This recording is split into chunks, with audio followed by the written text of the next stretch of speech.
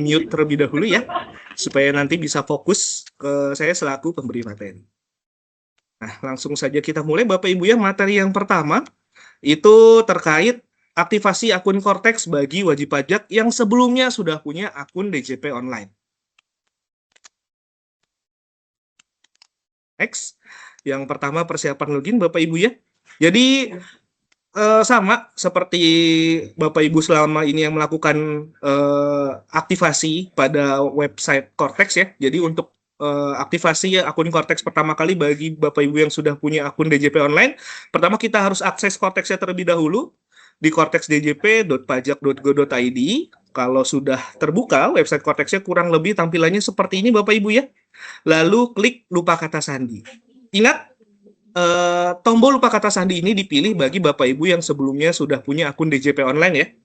Kalau sudah diklik lupa kata sandi, nah nanti Bapak Ibu pas diklik lupa kata sandi, Bapak Ibu perlu memasukkan email dan nomor telepon yang terdaftar di DJP sebelumnya.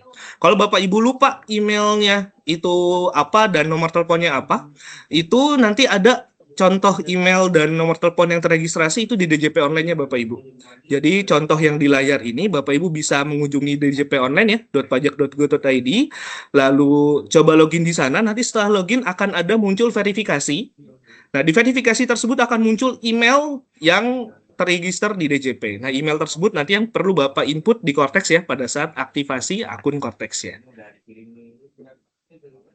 Nah, nanti ya, tadi kalau misalnya sudah di DJP online, Bapak Ibu sudah masukkan emailnya tadi ya, verifikasi ke email, nanti akan masuk email dari DJP, berisikan kode verifikasi untuk login ke DJP online-nya ya.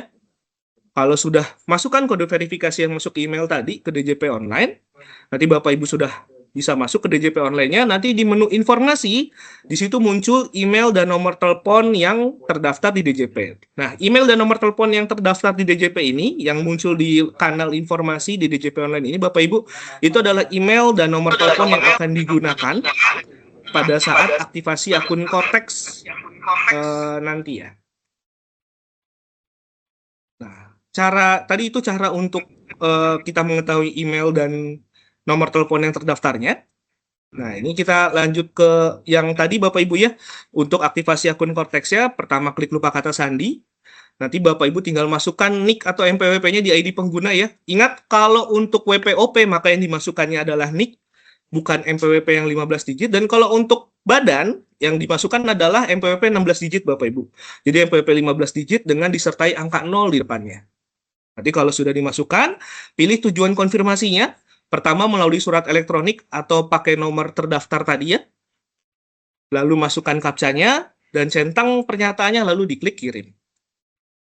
Nah, nanti setelah Bapak Ibu misalnya ya, contohnya tadi untuk tujuan konfirmasinya Bapak Ibu klik surat elektronik, jangan lupa untuk mengetikkan ulang surat elektroniknya, begitu pula juga dengan nomor gawainya ya, kalau Bapak Ibu memilih dengan nomor gawai, dan pastikan kalau Bapak Ibu memilih nomor gawai, pulsa di nomor tersebut harus ada Bapak Ibu ya. Nanti kalau sudah ada, nanti selanjutnya akan masuk email atau SMS ya yang berisi link untuk Bapak Ibu membuat ulang password Cortex-nya. Ini yang sebelah kiri adalah contoh email ya, apabila Bapak Ibu verifikasilah melalui email, dan yang sebelah kanan itu contoh SMS-nya. Nah, nanti kalau link yang tadi Bapak Ibu, itu Bapak Ibu klik, selanjutnya akan membuka laman ya untuk perubahan password. Di situ silakan Bapak Ibu klikkan new password-nya, minimal 8 karakter Bapak Ibu ya. Dengan huruf besar 1 minimal, huruf kecil 1, minimal 1 angka, dan minimal 1 karakter khusus. Diketikkan ulang di bagian confirm password-nya, password yang tadi dibuat, lalu masukkan captcha-nya dan diklik simpan. Nanti kalau sudah diklik simpan, akan muncul notifikasi password change successfully ya Bapak Ibu. Tinggal diklik login page-nya dan silakan login menggunakan NIK atau MPWP 16 digit tadi beserta dengan kata sandi yang baru saja dibuat, lalu masukkan captcha-nya dan klik login. Kalau sudah, nanti tampilan loginnya seperti ini Bapak Ibu ya, yang sering Bapak Ibu lakukan tiap hari mungkin ya. Nah, selanjutnya, kalau tadi itu adalah tutorial aktivasi akun Cortex bagi Bapak Ibu yang sudah punya akun DJP online, nah, Berikut adalah tutorial untuk aktivasi akun Cortex bagi Bapak Ibu yang belum memiliki akun DJP online ya. Jadi Bapak Ibu yang sudah punya MPWP tapi belum mempunyai akun DJP online. Sama seperti tadi Bapak Ibu ya, kita perlu login awal terlebih dahulu dengan login di Cortex ya. Cuman berbeda dengan yang tadi, kalau dengan yang akun DJP online, kita mengklik tombolnya yang lupa kata sandi. Kalau untuk yang belum punya akun DJP online, kita klik aktivasi akun wajib pajak Bapak Ibu. Nah, kalau sudah diklik aktivasi akun wajib pajak, maka akan muncul tampilan seperti di layar ini Bapak Ibu ya. Jadi ada pertama, ada tampilan kanal, ada tanggal permohonan, dan ada pertanyaan apakah wajib pajak sudah terdaftar. Ini silakan Bapak Ibu centang. Nanti akan ke drop down ya, pertanyaan selanjutnya. Yang pertama, sebagai penanggung jawab wajib pajak perusahaan atau bukan, itu nanti disesuaikan Bapak Ibu. Dan yang kedua, apakah proksi warisan tidak terbagi. Nanti tinggal disesuaikan ya dengan kondisi sebenarnya. Nah, nanti di scroll ke bawah lagi, di situ ada Bapak Ibu memasukkan MPWP. Nah, ingat Bapak Ibu, apabila Bapak Ibu orang pribadi, maka yang dimasukkan di sini adalah NIK ya, bukan MPWP lagi. Nanti silakan Bapak Ibu masukkan NIK-nya yang 16 digit, lalu klik cari. Nah, setelah diklik cari Bapak Ibu, biasanya di bagian nama wajib pajak itu akan langsung otomatis muncul apabila pengisian NIK-nya sudah sesuai. Nanti kalau sudah muncul, silakan Bapak Ibu masukkan email yang terdaftar ya, beserta nomor teleponnya. Lalu di bagian bawahnya Bapak Ibu akan diminta foto untuk verifikasi. Nah, berbeda dengan awal-awal Cortex yang di triwulan awal tahun ini Bapak Ibu ya, itu kan sangat sensitif fotonya. Info dari kantor pusat kami, foto yang saat ini diambil di Cortex ya, itu kemiripannya tidak sedetail pada awal triwulan tahun ini. Jadi kalau tidak salah kemiripannya sekarang diturunkan ke 60% Bapak Ibu. Nah, tetapi apabila Bapak Ibu saat mencoba verifikasi di sini dan tetap error, maka disarankan oleh kantor pusat kami untuk tetap datang ke KPP ya untuk melakukan aktivasi.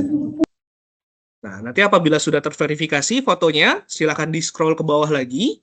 Di bagian pernyataan, Bapak Ibu centang, lalu diklik simpan. Nah, nanti Bapak Ibu pada email yang tadi Bapak Ibu masukkan pada aktivasi akan masuk email dari kami ya yang berisi surat penerbitan akun wajib pajak, dan di dalam surat tersebut nanti terdapat informasi Bapak Ibu berupa MPWP atau NIK-nya, nama dan password akun. Jadi password akunnya pertama-tama akan given dari kami Bapak Ibu. Nah, kalau sudah ada email tersebut, silakan Bapak Ibu akses kembali Cortex-nya ya di cortexdjp.pajak.go.id, masukkan NIK atau MPWP-nya, lalu masukkan kata sandi yang tadi dikirimkan lewat email. Nah, kalau sudah masukkan captcha-nya, lalu klik login, maka pada saat login pertama, Bapak Ibu akan diminta mengubah kata sandi ya. Jadi kata sandi yang tadi given silakan Bapak Ibu ubah, tapi ketentuannya sama ya, minimal harus 8 karakter, ada 1 huruf besar, 1 huruf kecil, 1 angka, dan 1 karakter khusus. Lalu Bapak Ibu akan diminta membuat passphrase juga. Kalau sudah selesai, diklik simpan. Nah, untuk passphrase ketentuannya sama Bapak Ibu ya, minimal 8 karakter tadi. Mau disamakan dengan password itu juga tidak apa-apa. Jadi daripada membingungkan, itu disamakan juga tidak apa-apa. Nah, kalau sudah, Bapak Ibu akan diminta login, dan silahkan login menggunakan password yang tadi sudah dibuat ulang, tampilannya akan seperti Cortex yang biasa Bapak Ibu buka. Nah, selanjutnya kalau sudah dilakukan aktivasi Bapak Ibu tadi ya, yang perlu Bapak Ibu lakukan selanjutnya adalah membuat sertifikat digital atau KODJP.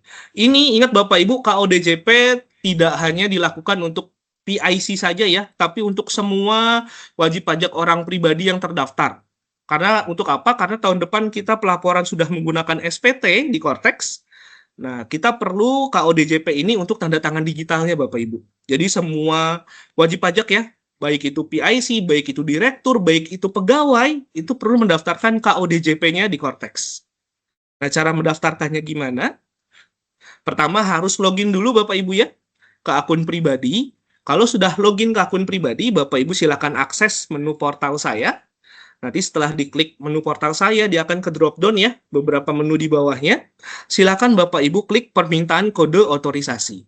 Nah, di sini Bapak Ibu kadang-kadang suka ada error di Cortex ya. Cortex emang suka error Bapak Ibu. Kalau misalnya menu tersebut tidak muncul, silakan Bapak Ibu pancing dengan mengganti bahasa di bagian atas itu Bapak Ibu. Misalnya bahasa yang muncul adalah bahasa Indonesia, coba diganti jadi bahasa Inggris, lalu diubah kembali menjadi bahasa Indonesia. Nanti biasanya menu permintaan kode otorisasinya akan muncul di situ. Nah, kalau sudah muncul, silahkan diklik menu permintaan kode otorisasinya. Nah, kalau sudah muncul tampilan menu permintaan sertifikat digital atau kode otorisasi seperti ini Bapak Ibu ya. Pertama di bagian atas itu ada manajemen kasus, kanalnya di situ ada daring ya karena permohonannya melalui Cortex. Lalu ada tanggal permohonan, ada identitas wajib pajak yang otomatis terisi di situ Bapak Ibu. Lalu ada detail kontak juga. Itu juga otomatis terisi. Silakan Bapak Ibu scroll ke bawah. Nanti di bagian rincian sertifikat, Bapak Ibu bisa memilih jenis sertifikat digitalnya. Cuman untuk memudahkan, silakan Bapak Ibu pilih saja yang kode otorisasi DJP ya. Apabila sudah dipilih, silakan Bapak Ibu masukkan passphrase yang Bapak Ibu inginkan. Dan sama seperti password tadi ya, passphrase minimal ada 8 karakter, ada 1 huruf besar minimal, ada 1 huruf kecil, 1 angka, dan 1 karakter khusus.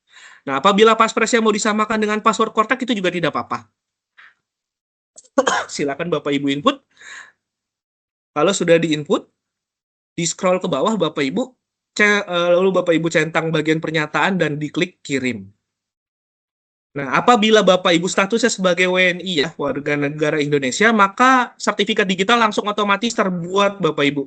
Atau KODJP-nya langsung otomatis ter-approve, tanpa perlu ada approval dari KPP lagi. Itu kalau status Bapak Ibu sebagai WNI. Nah, untuk status Bapak Ibu yang PIC-nya atau direkturnya sebagai WNA, maka perlu menghubungi KPP terdaftar WNA tersebut untuk approval permintaan KODJP-nya. Nah, ini biasanya juga timbul pertanyaan di sini Bapak Ibu, gimana kalau misalnya Bapak Ibu juga lupa nih sama si KODJP-nya? Cara mengetahuinya lagi gimana? Nah, solusinya Bapak Ibu, apabila Bapak Ibu lupa terhadap KODJP, silakan ajukan ulang saja. Nanti kalau untuk Bapak Ibu yang WNI, maka langsung ter-approve ya si pengajuan KODJP-nya. Kalau yang WNA tetap perlu menghubungi KPP untuk approval KODJP tersebut.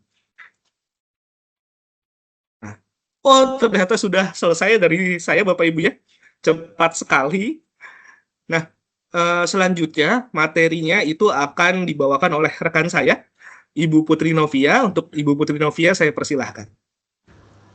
Terima kasih Mas Dimas atas materi aktivasi Cortex-nya. Bapak Ibu, sekarang giliran saya.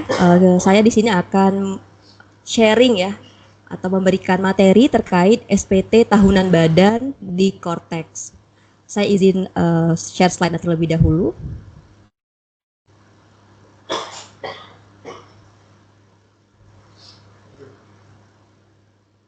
Apakah sudah kelihatan? Ya, sudah. Sudah kelihatan ya, baik.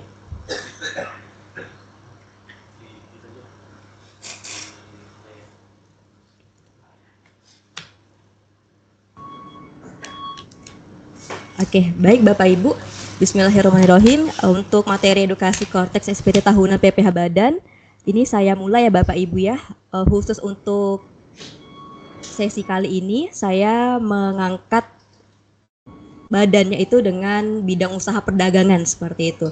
Nanti apabila ada untuk bidang usaha lain selain perdagangan, itu nanti bisa Bapak Ibu share, Bapak Ibu bisa pelajari di link yang akan kita bagikan di kolom chat. Jadi untuk materi edukasinya juga kita share Bapak Ibu ya. Nanti silakan dilihat secara berkala di kolom chat seperti itu.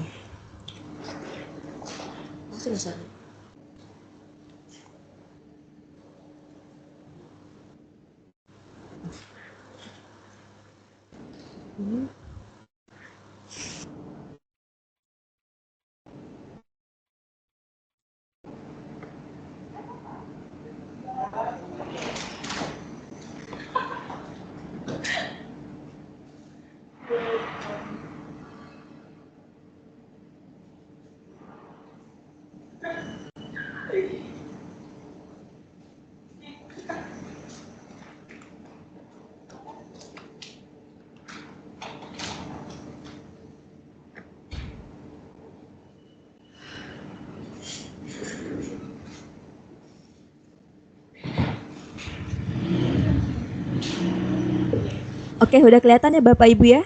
yang udah full untuk PPT-nya.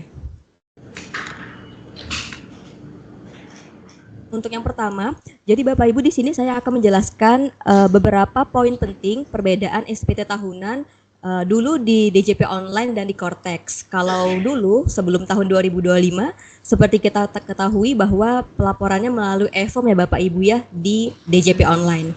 Kalau sekarang itu menggunakan Cortex. Untuk poin pertama, biasanya kita kalau di e-form kan menggunakan pengisiannya mulai dari lampiran-lampiran ya Bapak Ibu ya. Nah, tapi kalau di Cortex ini diisinya dari induk SPT terlebih dahulu. Karena dari isian atau jawaban yang kita pilih dari induk SPT itu akan menentukan lampiran yang harus kita isi. Begitu nanti gimana sih gambarannya? Kita akan saya coba praktekkan ya Bapak Ibu ya. Kemudian yang kedua, SPT di Cortex itu kan banyak induk dan lampiran-lampirannya. Namun secara otomatis yang muncul pertama kali itu akan ada lampiran L2, yaitu daftar kepemilikan seperti daftar direktur, komisaris dan lain-lain ya Bapak Ibu ya, dan lampiran L11B. Kemudian yang ketiga, untuk klasifikasi atau bidang usaha Bapak Ibu itu ada di lampiran L1. Silakan dilihat itu ada mulai dari umum, pabrikan, perdagangan, sampai pembiayaan. Nah, untuk kali ini kita memakai bidang usaha perdagangan terlebih dahulu. Dan yang keempat, perbedaan pengisian laba rugi dengan yang ada di DJP online dan di Cortex. Pada di Cortex ini langsung muncul kolom koreksi fiskal negatif dan positifnya. Nanti untuk lebih jelasnya kita akan bahas ya Bapak Ibu. Kemudian yang kelima, kemudian daftar hartanya ini sudah dipecah per kelompok aset dan ada beberapa data yang pre-populated tapi editable. Contohnya seperti daftar bukti potong, kemudian penghasilan final dan lain sebagainya. Nah, Bapak Ibu untuk pengisian yang akan saya paparkan kali ini kita ada skenario ya Bapak Ibu ya. Skenarionya ini cukup simple. Jadi umpamanya pada tahun pajak 2025 ada sebuah PT, namanya PT-nya Badan. Nah, saya sebutnya PT-nya Badan ya gitu Bapak Ibu ya, yang bergerak di perdagangan. Untuk kasus ini, PT-nya ini mempunyai dua penghasilan, satu dari perdagangan dan satu dari sewa gudang. Yang mana kita ketahui sewa gudang ini dikenakan PPh final. Dan kemudian untuk dari usaha dagangnya PT-nya ini sebesar 5 miliar. Kemudian PT-nya ini menggunakan stelsel akrual. Dan untuk kasus ini pura-puranya PT-nya ini dilakukan audit ya Bapak Ibu ya. Kalau Bapak Ibu memang tidak dilakukan audit ya tidak apa-apa. Nanti juga kita bahas pada saat pengisian. PT-nya ini juga memperoleh penghasilan dividen yaitu sebesar 50 juta. Yang mana kita ketahui kalau dividen diterima oleh badan itu dikecualikan dari objek pajak penghasilan. Serta untuk aset bergerak dan tidak bergeraknya ini menggunakan metode garis lurus. Nah, atas skenario kasus oleh PT-nya ini, bagaimana sih pengisiannya di SPT tahunan di Cortex? Baik. Pertama Bapak Ibu, laporan laba ruginya ini adalah laporan laba rugi versi DJP ya Bapak Ibu ya. Jadi dibuat sedemikian rupa agar mudah pengisiannya di kolom-kolom SPT di Cortex. Bapak Ibu apabila memang laporan laba ruginya tetap dengan sesuai standar atau sesuai dengan yang ada di perusahaan tidak apa-apa. Jadi tidak perlu diikutin sama sekali, harus plek-ketiplek dengan yang di DJP itu tidak perlu ya Bapak Ibu ya. Ini hanya media saja supaya bisa membantu Bapak Ibu ketika pengisian di SPT Cortex. Nah, pada laporan laba rugi di versi DJP ini sudah dikelompokkan lah yang mana dikenakan koreksi fiskal dan koreksi fiskal positif dan koreksi fiskal negatifnya.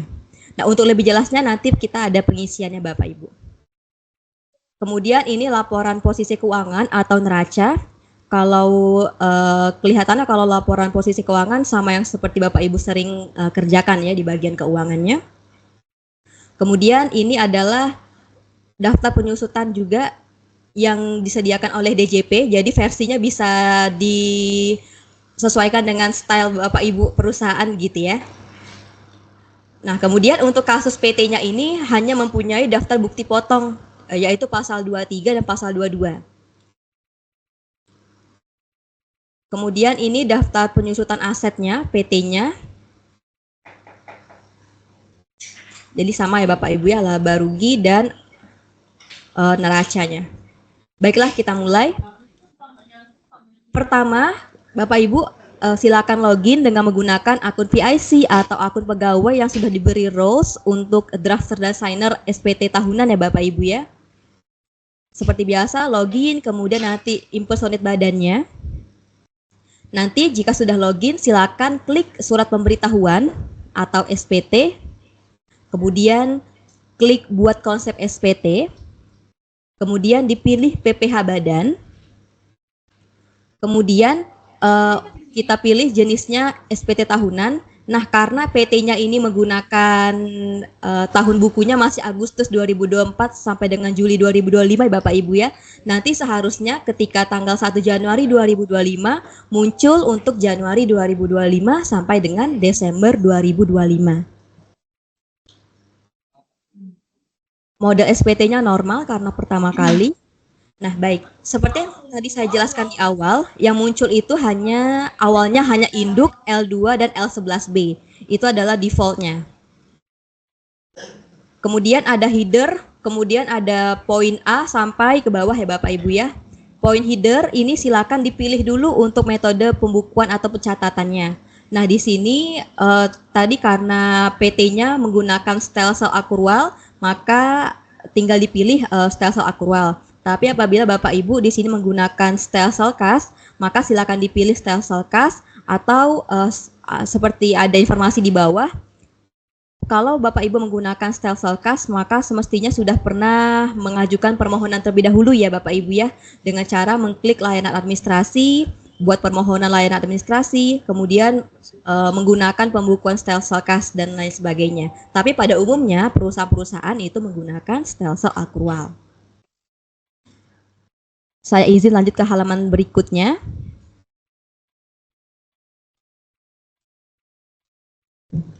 Oke. Baik, tadi header, kemudian ini ke informasi laporan keuangan ya Bapak Ibu ya. Nah, poin nomor 1, sektor usaha laporan keuangan itu menentukan lampiran L1-nya Bapak Ibu. Ada umum, pabrikan, perdagangan, jasa, dan lain-lain. Nah, di sini PT-nya bergerak di bidang perdagangan, jadi saya pilih perdagangan. Kemudian poin nomor 2, apakah laporan keuangan diaudit oleh akuntan publik? Karena PT-nya ini diaudit, maka diklik iya dan apa opininya. Tapi kalau Bapak Ibu tidak diaudit, maka silakan diklik tidak ya Bapak Ibu ya, tanpa harus memilih poin 2A sampai poin 2C-nya. Dari poin B tadi, kita ke poin C. Nah, poin C ini sampai ke bawah itu bakal banyak sekali Bapak Ibu menghadapi pertanyaan ya dan tidak. Yang mana ketika pemilihan tidak dan ya ini itu akan menentukan lampiran yang muncul Bapak Ibu. Contohnya seperti ini.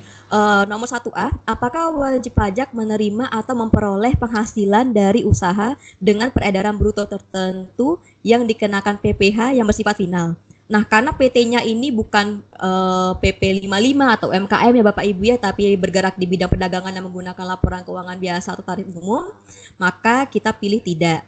Tapi kalau seandainya Ibu bergerak final begitu UMKM dan lain sebagainya, itu kalau nanti mengklik iya akan ada lampiran baru yang muncul di samping L2 dan L11B tadi. Itu yang pertama. Jadi sekarang kita pilih tidak dulu ya. Kemudian yang kedua, apakah wajib pajak menerima atau memperoleh penghasilan yang dikenakan PPh bersifat final? Nah, karena tadi ada persewaan gudang ya Bapak Ibu ya si PT-nya ini, maka kita klik iya. Nah, ketika mengklik iya, itu nanti muncul lampiran baru. Di sebelah kanan ada tulisan, silakan mengisi lampiran 4 bagian A. Nanti kalau kita scroll atas itu ada lampiran baru Bapak Ibu, lampiran 4 bagian A. Kemudian yang ketiga juga, apakah wajib pajak menerima dan memperoleh penghasilan yang tidak termasuk objek pajak? Seperti kita ketahui, tadi PT-nya ada penghasilan dividen, yang mana itu bukan objek pajak. Kita pilih iya.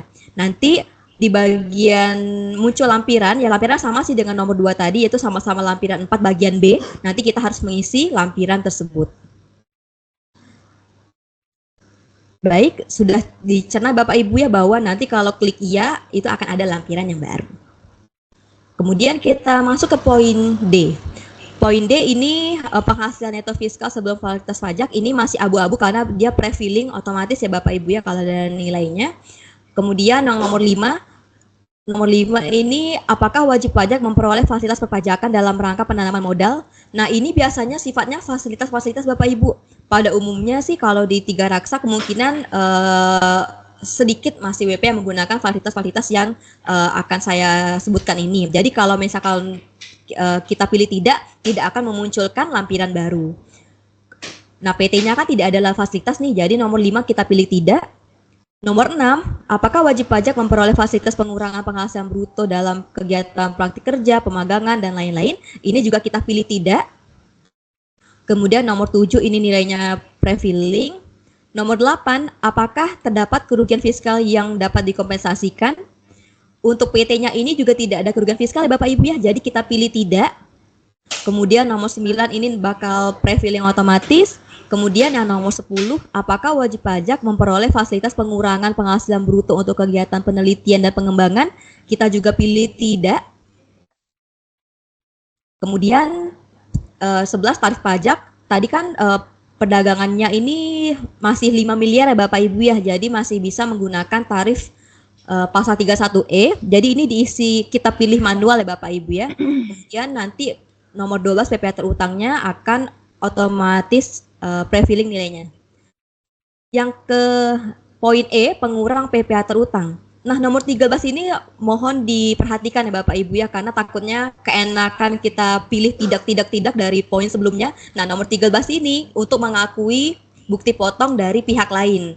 Nah, nomor 13 adalah apakah terdapat kredit pajak yang dibayarkan di luar negeri dan atau dipotong dipungut oleh pihak lain. Nah, jadi PPh 22, PPh 23 yang tadi PT-nya dapatkan itu kita pilih ya, karena nanti akan muncul lampiran baru yaitu lampiran 3. Kemudian nomor 14, angsuran PPh 25 ini abu-abu pre-filling. Jadi Bapak Ibu coba dilihat poin nomor 14. Nomor 14 ini itu akan otomatis terisi Bapak Ibu atas PPh 25 yang dibayarkan sepanjang tahun pajak kemarin, misalkan dari Mei sampai dengan bulan April gitu ya Bapak Ibu ya. Jadi yang telah Bapak bayarkan sepanjang tahun kemarin itu nanti muncul. Mohon diperhatikan apakah nilainya sudah benar atau belum. Kemudian nomor 15 ini tidak ada PT-nya, tidak ada STP PPh 25. Kemudian nomor 16, apakah wajib pajak memperoleh fasilitas pengurangan PPh badan? Ini juga tidak ada. Jadi untuk PT-nya ini tidak ada fasilitas apapun ya Bapak Ibu ya. Kondisinya normal-normal saja. Oke, apakah saya terlalu cepat atau gimana? Mas Bil ada pendapat? Enggak. Oh ya, baik. Saya izin lanjut ya Bapak Ibu ya. Oke. Dari poin E kita ke poin F. Ini perhitungan PPh kurang atau lebih bayarnya. Nah, yang 17A ini langsung terisi otomatis Bapak Ibu ya. Apabila nanti lampiran-lampirannya sudah ada nilainya, akan muncul nilainya otomatis di 17A. Kemudian 17B, apakah terdapat surat keputusan persetujuan pengangsuran? Ini karena PT-nya tidak ada, jadi kita pilih tidak.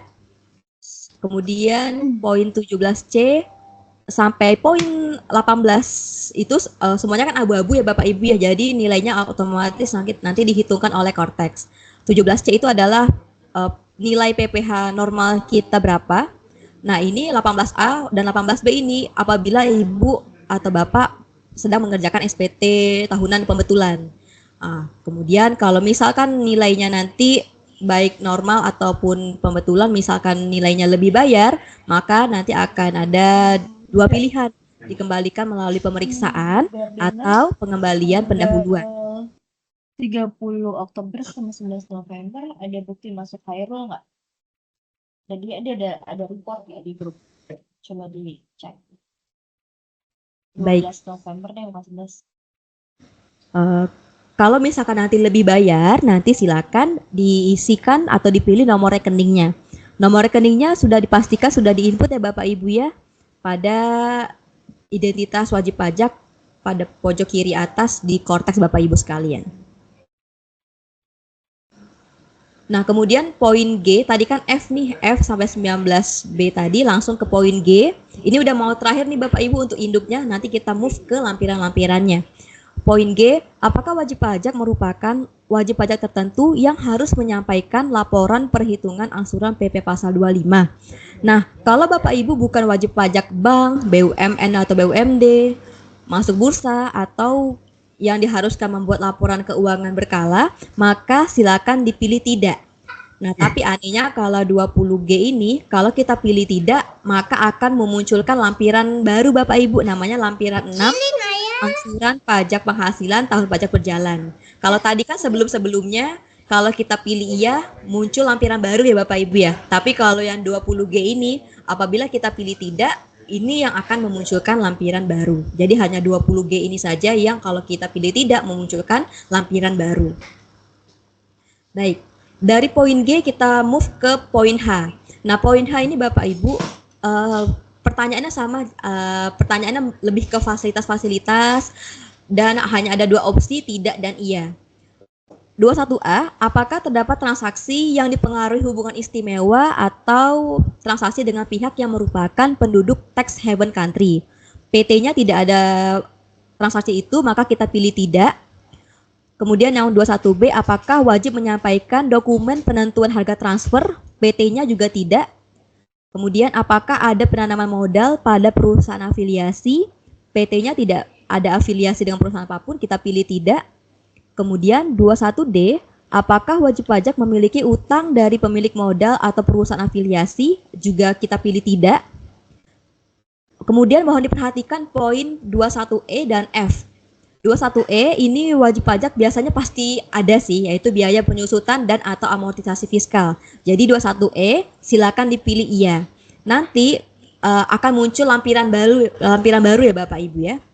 Kemudian sama 21F juga, ini juga sering wajib pajak membebankan biaya entertainment dalam bentuk daftar nominatif.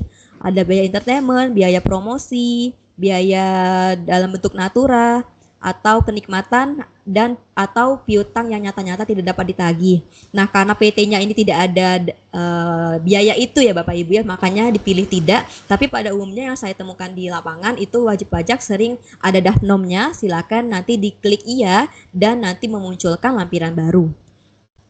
Kemudian kita lanjut ke 21G, apakah wajib pajak memperoleh fasilitas perpajakan dalam rangka penanaman modal? Ini tidak. Kemudian 21H, apakah wajib pajak memiliki sisa lebih yang digunakan untuk pembangunan sarana prasarana? PT-nya juga tidak. Kemudian 21I, apakah wajib pajak menerima atau memperoleh penghasilan dividen dari luar negeri dan melaporkannya sebagai penghasilan tidak termasuk wajib pajak? Ini pilih tidak, karena kan tadi PT-nya hanya menerima dividen dari dalam negeri ya Bapak Ibu ya.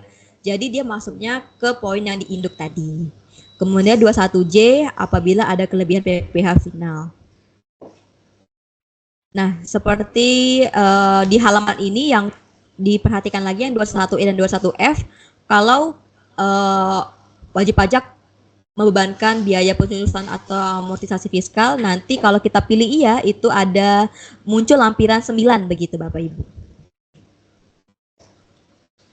Kemudian dari H ke I, I adalah untuk mengupload laporan keuangan yang telah Bapak Ibu buat dalam bentuk PDF.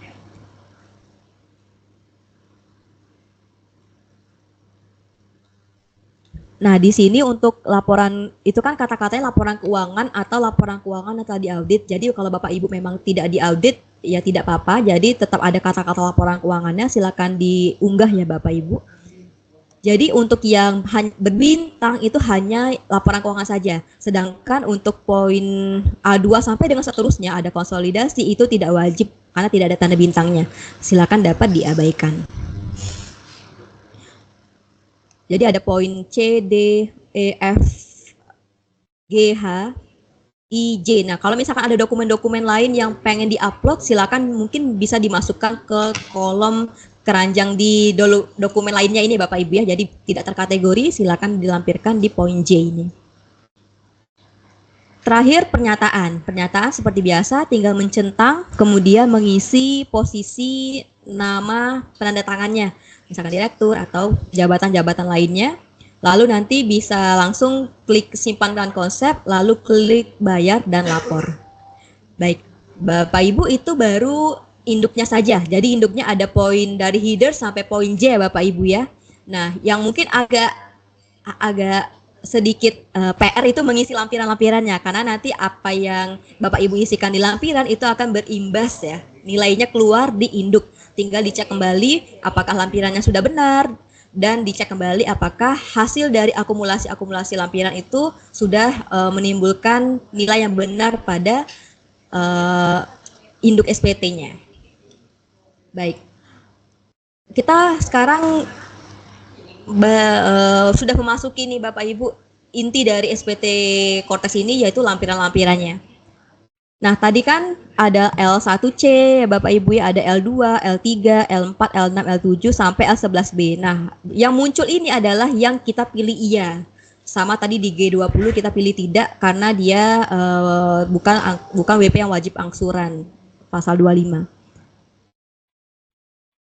Baik. Di sini saya akan bahas, kita kupas satu-satu Bapak Ibu yang lampiran per lampirannya.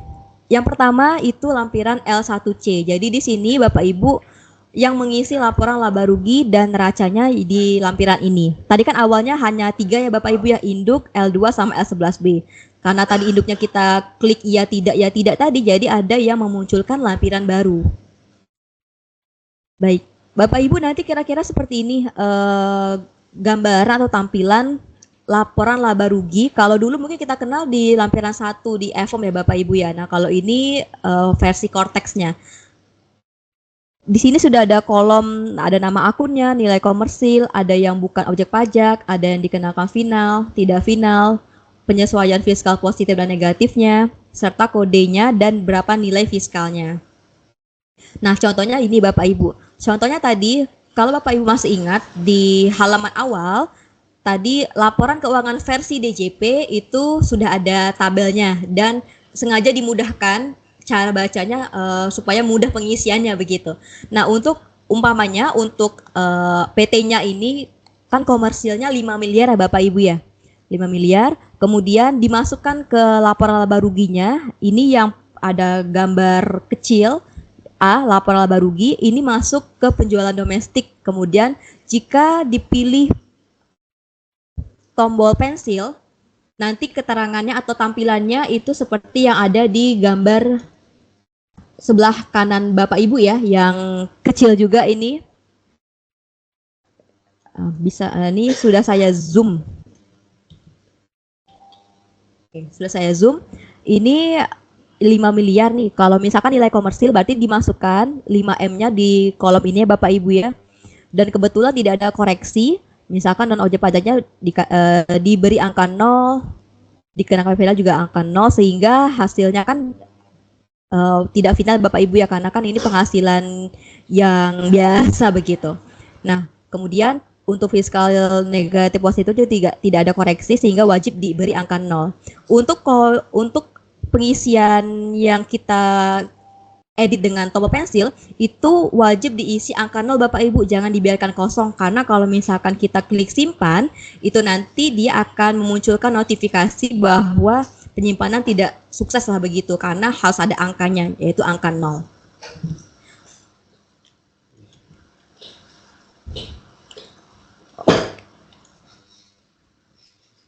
Oke, kemudian ini contoh bebannya. Tadi kan penghasilan nih, sekarang beban. Seperti kita ketahui, kalau beban denda atau beban sanksi administrasi pajak itu kan tidak boleh dibiayakan ya Bapak Ibu ya.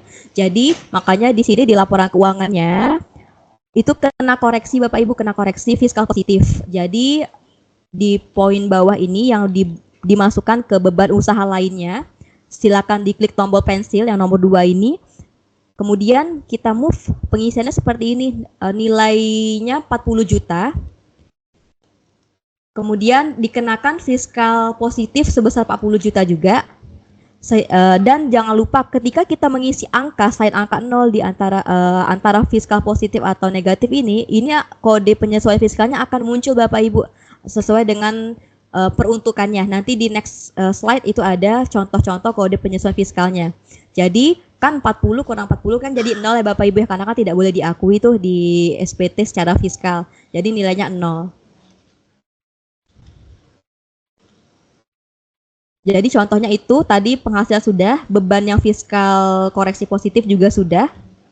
Nah, pada kode koreksi fiskal ini itu sudah disediakan oleh DJP sesuai dengan Undang-Undang PPH. Kira-kira Bapak Ibu bisa nanti yang mana nih yang pas untuk kode koreksi fiskalnya. Kalau tadi kan beban denda atau sanksi administrasi kan dia masuknya ke poin FPO 08 ini Bapak Ibu, yaitu sanksi administrasi. Jadi Bapak Ibu nanti bisa menyesuaikan kira-kira kalau ada koreksi masuknya ke kategori yang mana. Nah, jadi kurang lebih Bapak Ibu atas laporan keuangan yang tadi di depan itu menjadi seperti ini tampilannya di Cortex. Nanti Bapak Ibu mungkin setelah Teams atau Zoom ini berakhir bisa di cross check kembali pengisiannya Bapak Ibu ya. Kurang lebih nanti bisa menjadi pedoman pengisian yang ada di slide ini ya. Untuk materinya nanti kita akan kasih link download materinya itu di chat.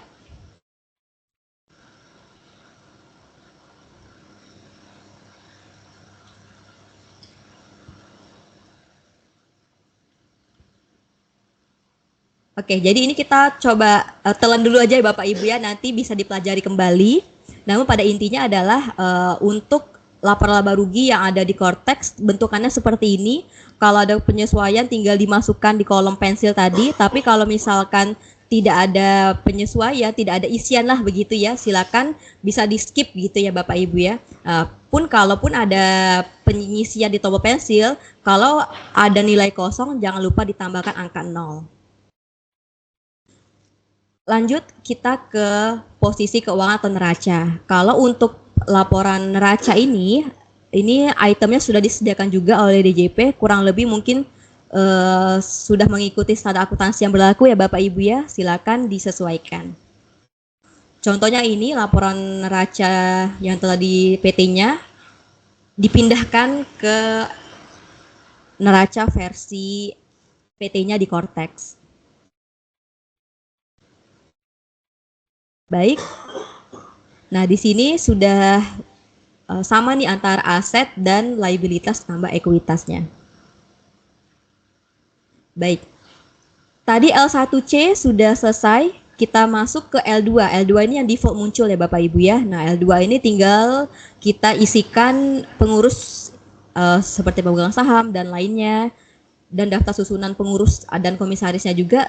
Jadi ini sama seperti yang Bapak Ibu sering isikan ya Bapak Ibu ya. Nanti ada nama, alamat, NPWP, dan lain sebagainya. Saya anggap Bapak Ibu sudah paham lah ya untuk pengisian daftar pemegang sahamnya. Nah, untuk pengisiannya itu ada tombol pensil. Nanti tampilannya seperti ini. Silakan diklik tombol simpan. Kemudian kalau B ini adalah daftar penyertaan modal, utang dan atau piutang pada perusahaan afiliasi. Kalau tidak ada, maka tidak perlu diisi. Tapi kalau A ini wajib diisi ya Bapak Ibu ya.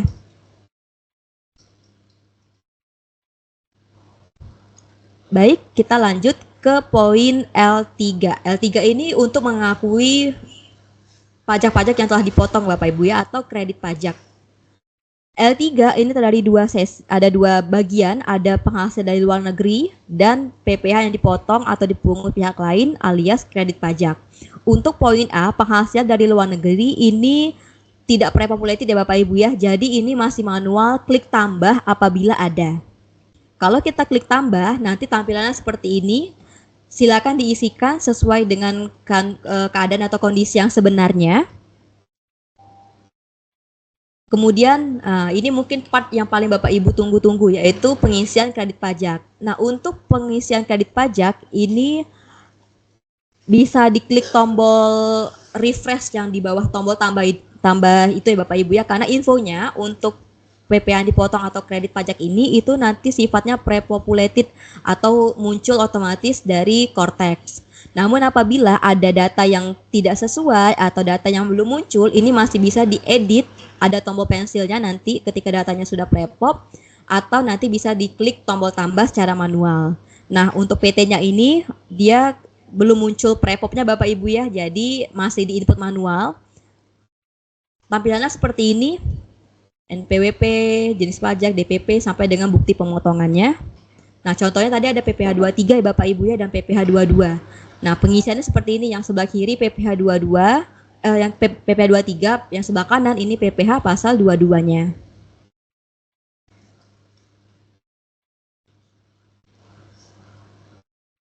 Oke, ini sudah nanti bisa dipelajari kembali Bapak Ibu ya pengisiannya. Kita tampilannya seperti ini, dicek kembali kredit pajaknya. Kita lanjut ke L4. L4 ini penghasilan dikenakan pajak final dan bukan objek pajak. Untuk poin A, ini infonya juga sifatnya pre-populated Bapak Ibu. Jadi nanti silakan diklik tombol melingkar, tanda panah melingkar, nanti muncul PPh yang bersifat final. Apabila ada kekeliruan silakan diklik tombol pensil atau edit. Kalaupun tidak ada silakan diklik input manual. Nah tadi kan ada gudang ya Bapak Ibu ya. Sewa tanah bangunan gudang ini pengisiannya seperti ini. Hanya satu, kemudian untuk yang objek pajak tadi PT-nya menerima dividen yang bukan objek pajak. Ini tinggal diklik tambah. Seperti ini, lalu klik simpan. Oke, baik. A dan B sudah terisi semua. Lalu yang ke L6 ini adalah ketika pengisian di induk tadi Bapak Ibu yang G20 kalau kita pilih tidak itu muncul G6. Nah hanya saja pada yang poin nomor 1 yang di sebelah kiri itu ada kata-kata, ada tulisan yang tidak sesuai Bapak Ibu pada slide ini. Lampiran L6 akan tersedia jika wajib pajak menjawab tidak seharusnya Bapak Ibu ya pada G20 di induk. Nah kalau di sini tulisannya iya. Nah itu kekeliruan ya Bapak Ibu ya, belum kita sempat perbaiki nih, jadi mohon diperhatikan kalau G20 itu kalau kita pilih tidak akan muncul si L6 ini karena bukan WP Bank, BUMN atau BUMD dan lain sebagainya. Nah untuk lampiran 6 ini Bapak Ibu silakan diisikan penghasilan yang menjadi dasar perhitungan angsurannya. Seperti kita ketahui kalau angsuran 25 itu hanya penghasilan yang bersifatnya teratur ya Bapak Ibu ya. Kalau penghasilannya yang tidak teratur itu tidak menjadi acuan angsurannya. Nah untuk kondisi ini wajib pajak sudah menghitunglah PT-nya ini sebesar 1,442500. Nanti nilai 1,442500 ini bisa dicek kembali di laporan keuangan di slide depan ya Bapak Ibu ya. Namun saya spill aja nih kalau yang 1,442500 ini memang dikeluarkan penghasilan dari sewa gudangnya karena itu tidak teratur. Kemudian cukup ngisi nomor 1 aja, nanti otomatis PPh terutang dan lain sebagainya itu sudah otomatis. Udah L6 saya anggap selesai, kita masuk ke L8. L8 adalah karena tadi kita memilih pasal 31 ya Bapak Ibu ya, karena masih di bawah 50 miliar. Karena kan tadi PT-nya untuk brutonya itu 5M. Nah ini cukup diisikan yang poin nomor 1 saja. Nanti otomatis dia langsung menghitung sendiri. Ini contohnya bruto oleh PT-nya ini 5 miliar, jadi kita cukup ngisi yang poin nomor 1-nya aja. Selebihnya ini abu-abu semua, alias langsung pre-filling dari Cortex-nya.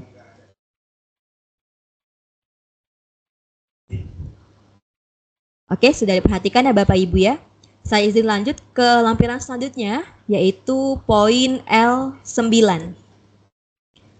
L9 ini ada daftar penyusutan dan amortisasi fiskal. Di sini bentuknya ada 3 bagian Bapak Ibu, ada harta berwujud, bangunan, dan harta tidak berwujud. Pertama yang harta berwujud dulu. Nah tampilannya ada tambah, hapus, delete all. Nah infonya nanti ada impor data Bapak Ibu ya yang di pojok kiri atas itu. Cuman sampai dengan sekarang kita belum menerima bentuk Excel-nya atau XML-nya Bapak Ibu. Jadi mungkin nanti mudah-mudahan per akhir tahun ini sudah disiapkan gitu oleh DJP, sudah siap launching lah untuk wajib pajak. Kalau misalkan nanti ada daftar hartanya banyak gitu, tidak mungkin di input satu-satu, tinggal memanfaatkan tombol impor. Kita tunggu sama-sama ya Bapak Ibu ya. Untuk PT-nya ini sebagai contohnya Bapak Ibu ya, tadi ada furnitur, nah itu tinggal dimasukkan, ada sampai dari kode harta sampai dengan keterangan kurang lebih seperti ini pengisiannya dan menggunakan garis lurus nih kalau untuk PT-nya.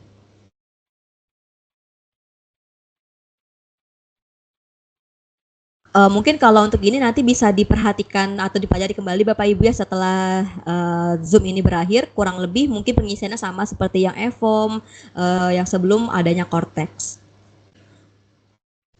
Nah, kalau sudah terisi tampilannya seperti ini.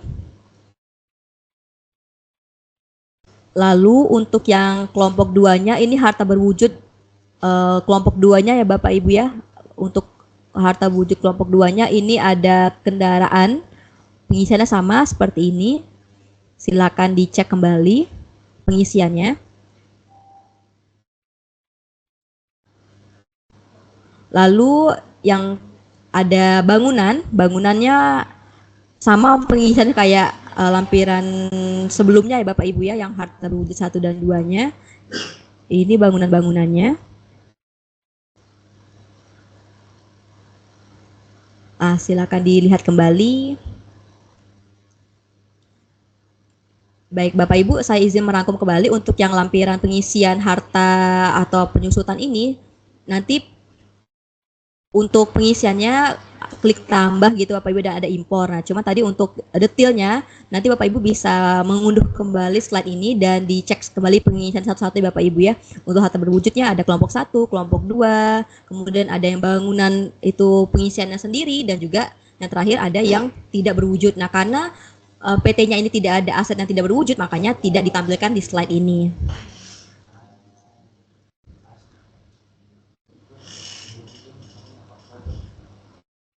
Nah, kemudian terakhir nih Bapak Ibu, ini lampiran terakhir. Lampiran terakhir udah lelah ya Bapak Ibu ya untuk pengisiannya. Banyak banget padahal kita banyak yang mengklik tidak ya Bapak Ibu ya. Nah, tapi tidak apa-apa karena kalau sudah ada data-datanya seperti itu tinggal di input manual, nanti semoga ala bisa karena biasa ya Bapak Ibu ya. Nah, terakhir ini adalah L11B. L11B ini lampiran yang otomatis muncul Bapak Ibu. Itu ada 3, ada perhitungan EBITDA, kemudian Romawi 2 ada perbandingan antara utang dan modal atau DER. Yang ketiga ada perhitungan biaya pinjaman. Namun disclaimer dulu Bapak Ibu, mungkin kalau di DJP online dulu kan tidak ada lampiran ini ya Bapak Ibu ya. Jadi saya disclaimer dulu untuk yang L11B ini, perhitungan EBITDA itu otomatis nanti dihitungkan oleh Cortex. Namun untuk yang poin 2 dan 3 ini tidak wajib diisi ya Bapak Ibu ya. Jadi ini opsional saja. Kalau tidak diisi ya tidak apa-apa untuk poin Romawi 2 dan Romawi 3-nya ini. Untuk yang nomor 1 dulu, yang perhitungan EBITDA, ini ada tulisan nih bahwa perhitungan EBITDA ini akan terisi otomatis setelah wajib pajak mengisi lampiran-lampiran sebelumnya. Jadi Bapak Ibu tidak perlu menginput ulang ya Bapak Ibu ya. Dan ini tidak berefek atau tidak berimbas apapun pada lampiran yang pada induk Bapak Ibu yang menyebabkan LB, KB atau nihilnya. Jadi ini hanya lampiran informasi tambahan saja. Kemudian untuk yang Romawi 2 juga, yang DER, ini kan tidak wajib isi Bapak Ibu ya. Kalau misalkan Bapak Ibu mau isi ya tidak apa-apa juga. Klik tambah, itu akan muncul apabila EBITDA sebelumnya itu udah ada angka atau nilainya. Kalau Bapak Ibu ingin menambah, ya nanti pengisian atau tampilannya seperti ini.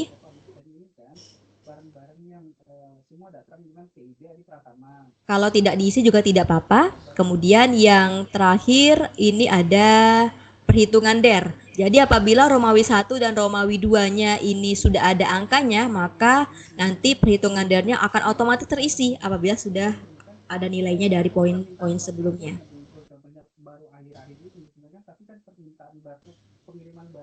Baik. Nah, yang ketiga ini biaya pinjaman ini tidak wajib diisi juga ya Bapak Ibu ya.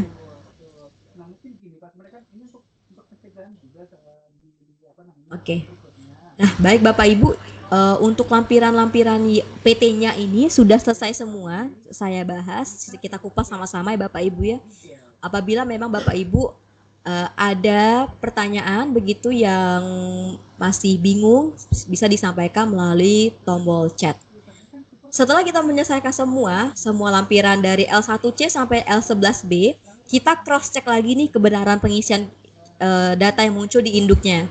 Jadi ini sekedar flashback lagi ya Bapak Ibu ya.